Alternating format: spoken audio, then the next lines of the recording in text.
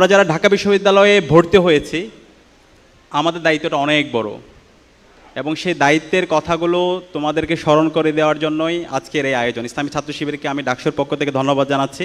তারা ফার্স্ট ইয়ারের শিক্ষার্থীদেরকে একদম শুরুতেই তাদের করণীয় কী, বর্জনীয় কী, তাদের বর্ষভিত্তিক পরিকল্পনা কেমন হওয়া দরকার, ক্যাম্পাসের অপরচুনিটিসগুলো কী কী, চ্যালেঞ্জগুলো কী কী, সেই অপরচুনিটিসগুলোকে আমরা কীভাবে কাজে লাগাতে পারি, সেই বিষয়গুলো নিয়ে তোমাদেরকে আজকের এই সেশনে চমৎকার আয়োজন রেখেছে।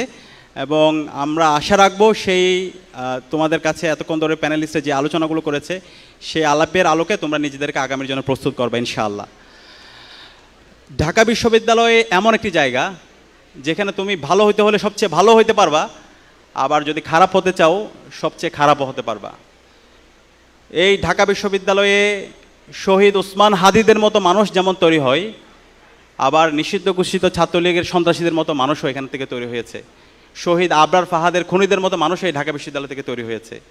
তো সুতরাং আমি বিশ্বাস করি আমার সামনে যারা বসে আছে, আমার যারা ছোট ভাই বোনরা ফার্স্ট ইয়ারে ভর্তি হয়েছে, তাদের এখান থেকে শহীদ ওসমান হাদিদের মতো মানুষ তৈরি হবে ইনশাআল্লাহ।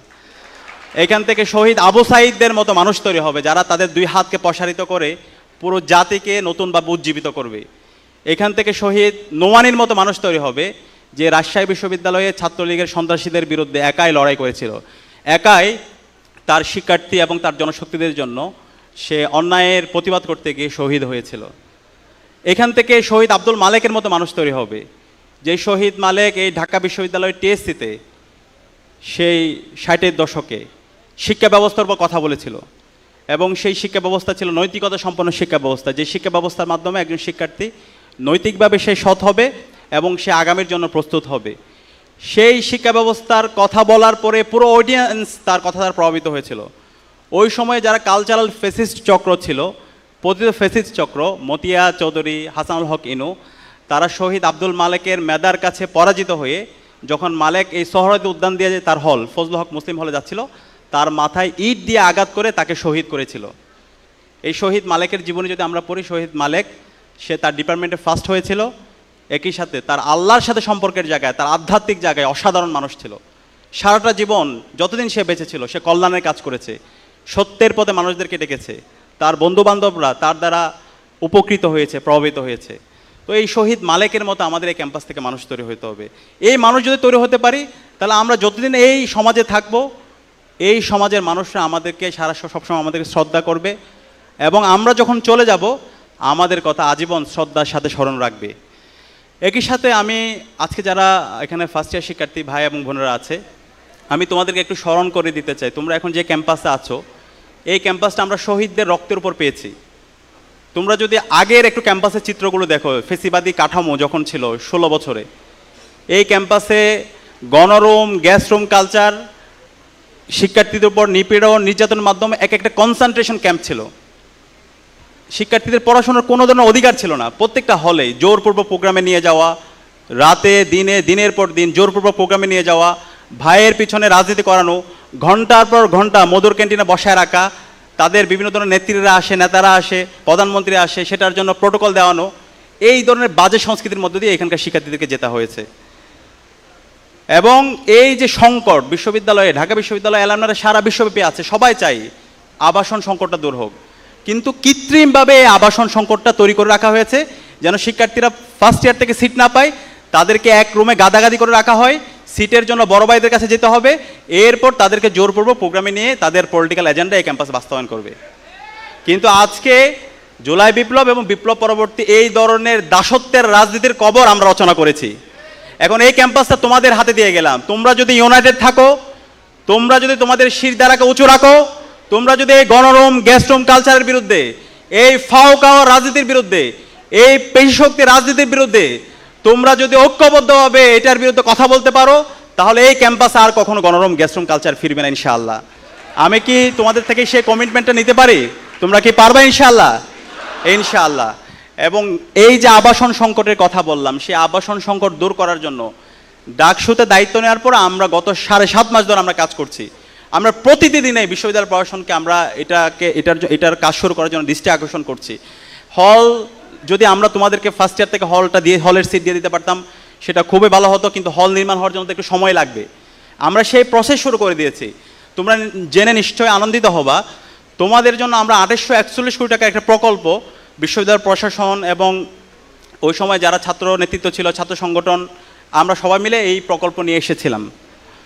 2841 কোটি টাকার এই প্রকল্পের আওতায় ঢাকা বিশ্ববিদ্যালয়ে ছাত্রীদের জন্য মোট 5টা হল, ছাত্রদের জন্য মোট 5টা হল, মোট 10টা হল নির্মাণ হবে। এর বাইরে চায়না থেকে আজকে আমরা ডাকসুর 15 জন সদস্য, বিপিজিএসএস সহ 15 জন সদস্য চায়না যাচ্ছি। চায়না থেকে আবার ছাত্রীদের জন্য 1500 সিটের একটা হল নির্মাণের জন্য ইতিমধ্যে তার অনুমোদন দিয়ে দিয়েছে এবং আমরা জায়গাও সিলেক্ট করে দিয়ে ফেলেছি। খুব দ্রুতই ওনারা কথা দিয়েছে 8 মাসের মধ্যে হল নির্মাণের কাজ শেষ হয়ে যাবে।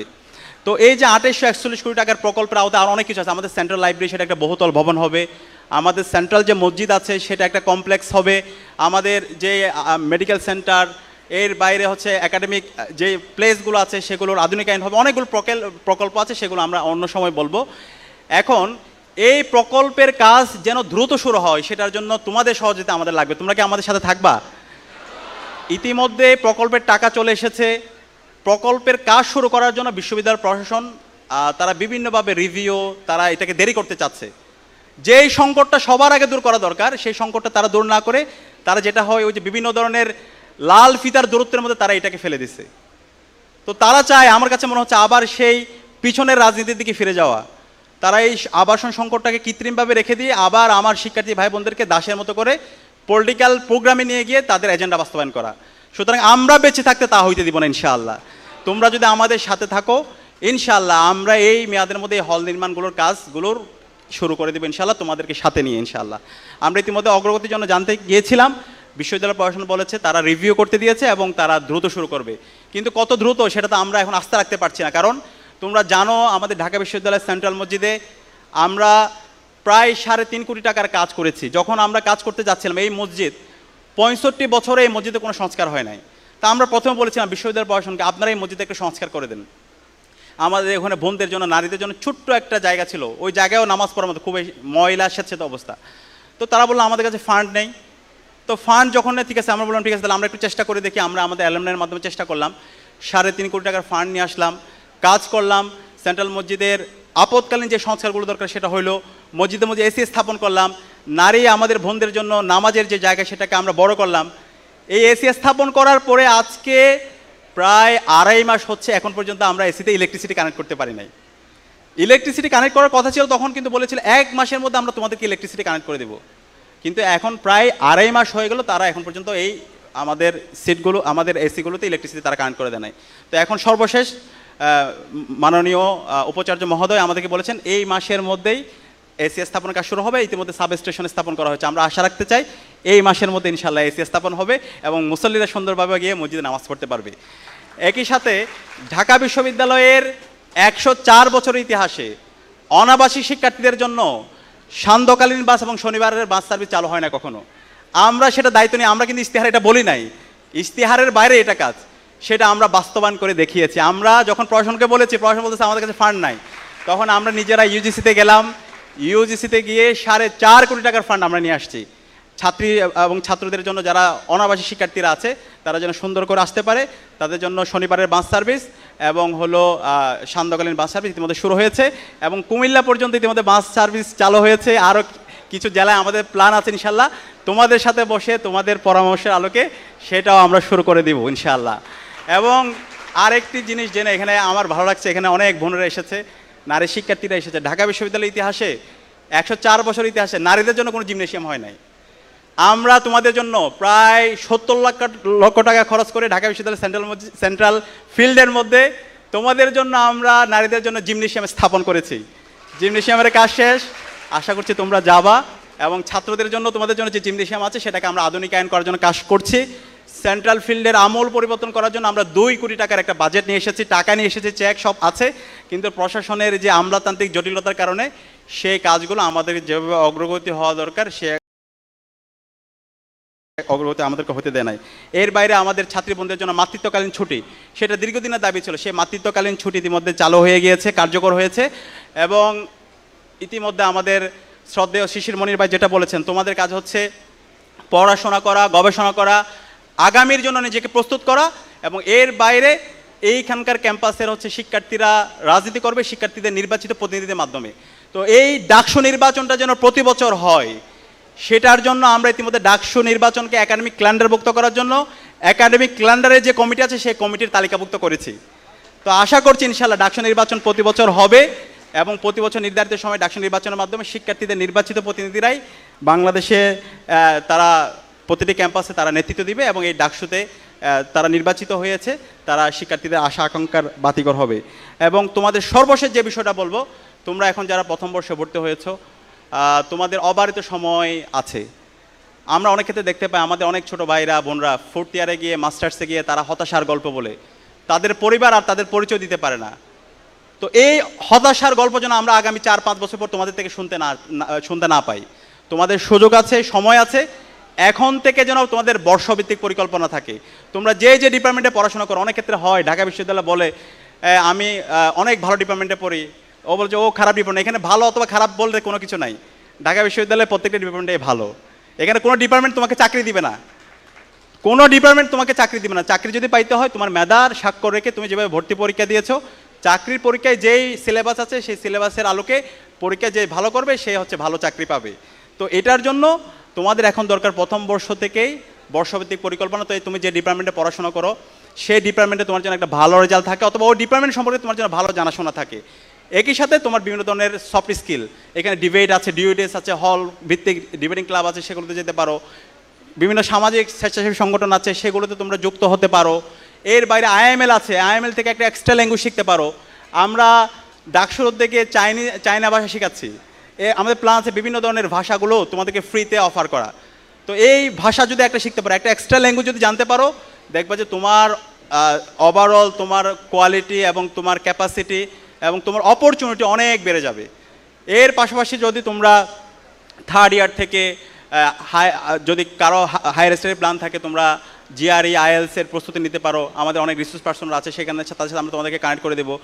এবং ফোর্থ ইয়ার মাস্টার্স, এই থার্ড ইয়ার পুরো সময় জুড়ে যাদের গভর্নমেন্ট জবের প্ল্যান আছে, তোমরা বিসিএসে যদি পড়াশোনা করো সেই প্রস্তুতিও তোমরা খুব ভালোভাবে নিতে পারবা। তাহলে এইভাবে প্রত্যেকটা ইয়ারে যদি তোমাদের প্ল্যান থাকে ফার্স্ট ইয়ার থেকে একদম ফোর্থ ইয়ার পর্যন্ত, তাহলে তোমার অনার্স শেষ হওয়ার পরে তোমার আর কোনো হতাশা অথবা হীনমন্দ থাকবে না।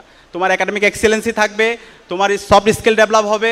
একই সাথে তুমি যদি দেশের বাইরে যেতে চাও, সে বাইরে যাওয়ার জন্য তোমার সেই যোগ্যতা তুমি অর্জন করতে পারবা। একই সাথে 2-3 বছর ধরে তুমি যখন বিসিএসেরও প্রস্তুতি নিবা থার্ড ইয়ার এবং ফোর্থ ইয়ারে, তোমার সেই প্রস্তুতিটাও হয়ে যাবে ইনশাআল্লাহ। তা আমি চাই তোমরা শুধুমাত্র বাংলাদেশ না, আমার সামনে যে ফার্স্ট ইয়ার শিক্ষার্থী ভাই বোনরা বসে আছো, তোমরা সারা দুনিয়ায় নেতৃত্ব দিবে ইনশাআল্লাহ।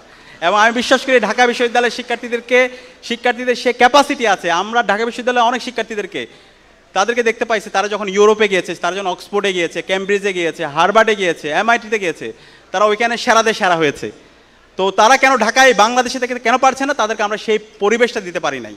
তো আমরা এখন চেষ্টা করছি ঢাকা বিশ্ববিদ্যালয়ে সেই পরিবেশটা দেওয়ার, সেই স্বপ্নের ক্যাম্পাস বিনির্মাণ করার। ইনশাআল্লাহ আগামীতে যে শিক্ষার্থীরা আসবে তারা এই স্বপ্নের ক্যাম্পাসটা পাবে। প্রথম বর্ষ থেকে তার চমৎকার একটা পড়ার টেবিল থাকবে, তার একটা রুম থাকবে, তার স্বাস্থ্যের নিরাপত্তা থাকবে, তার খাদ্যের নিরাপত্তা থাকবে। নারী শিক্ষার্থীদের জন্য তাদের জন্য একটা নিরাপদ ক্যাম্পাস হিসেবে আমরা বিনির্মাণ করব এবং এখানে শিক্ষার পরিবেশ থাকবে। বিশ্ববিদ্যালয়ের মূল কাজ হবে সে পড়াশোনা করবে, গবেষণা করবে এবং আগামীর জন্য নিজেকে প্রস্তুত করবে।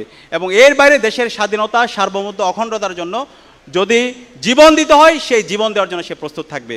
এবং সবসময় শির দ্বারা উঁচু রেখে ইনসাফের পক্ষে কথা বলবে, সত্যের পক্ষে কথা বলবে, কারো দাসত্ব করবে না, কোনো দলের এখানে হচ্ছে এজেন্ডা সে এককভাবে সে বাস্তবায়ন করবে না। যেটা সত্য সেটাকে সত্য বলবে, যেটা সাদা সেটাকে সাদা বলবে, এবং যেটা অন্যায় সেটাকে সে শির দ্বারা উঁচু রেখে সে অন্যায়ের প্রতিবাদ করবে। তো আমি বিশ্বাস করি ইনশাল্লাহ আমার সামনে যারা বসে আছো তোমরা আগামীর বাংলাদেশে নেতৃত্ব দিবে ইনশাল্লাহ।